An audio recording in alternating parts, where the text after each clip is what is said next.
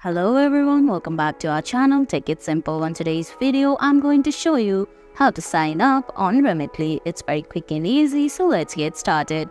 First of all, open the Remitly app on your phone. If you don't have the app yet, you can get it from Google Play Store or the Apple App Store. Once you do that, go ahead, launch the app. Then on the screen, you're gonna see two options there: create a new profile and I already have profile. Tap on create a new profile, then you're gonna see your privacy choices. Now choose the country where you're from. Then you're gonna have to choose the country where you want to send the money. Once you do that, you can see you can tap on next. Now tap on continue. Now go ahead, give your email address, create a new password, then tap on sign up. And guys, that's it. That's how you sign up for Remitly.